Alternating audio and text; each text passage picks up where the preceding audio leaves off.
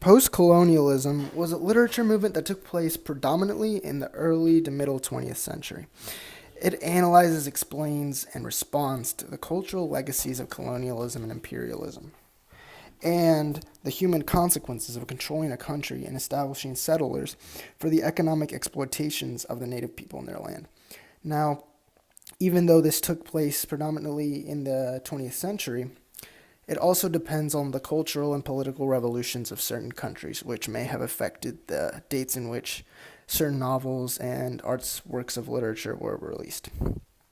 Now, the major themes of this sort of literature movement include the struggles of indigenous people, which are consistently showing up in these sort of novels. They talk about the poverty and social/financial instability and the cultural upheaval that happens after a colonizer leaves a colonized country.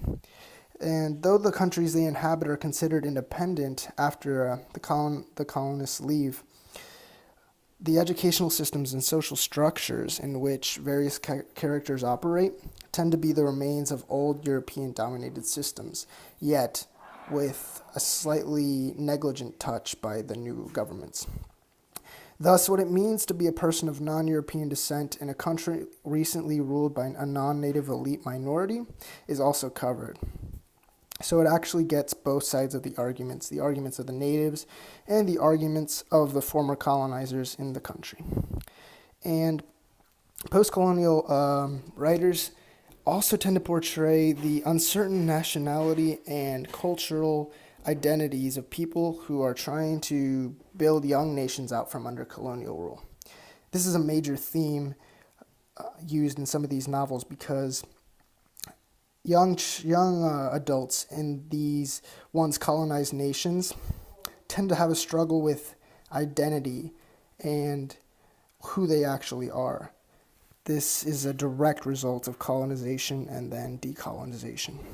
So these characters tend to try to balance their lives between Europeanized 20th century schools and cities and different lifestyles. So significant historical events that led to this cultural movement were World War I, World War II, the Vietnam War, and the increasing decolonization of Africa, Asia, and the Middle East. So World War I was a time when land grabbing and colonization increased in Africa and Asia. So this was really important because this was a time of instability in Africa where there were several different colonizers trying to grab some land in this continent. In World War II, this is when it changed slightly, and some countries were lifted of colonizations, and afterwards many gained independence.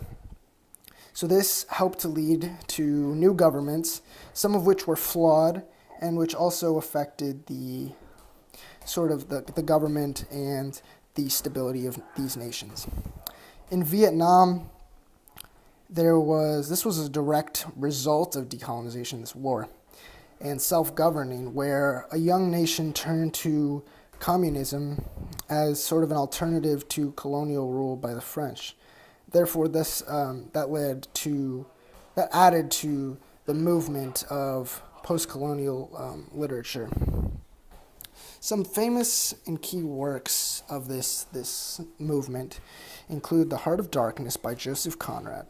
This is centered around an author in the African Congo, and it deals with ivory traders, and it's sort of an Englishman's view on Africa and their people, sort of a colonizer's view of a former colony. And another good and notable novel is Things Fall Apart by the Nigerian author Chinua Achebe. And this talks about British colonialism and Christian missionaries in Africa, but from an African point of view. So those are two distinct novels. Finally, there's The Wide Sargasso Sea, which is written by a Dominican author of British descent. It speaks of the hierarchical society and the racial tensions in Jamaica, and it highlights on sort of the cultural divide in a country that was once colonized by the French.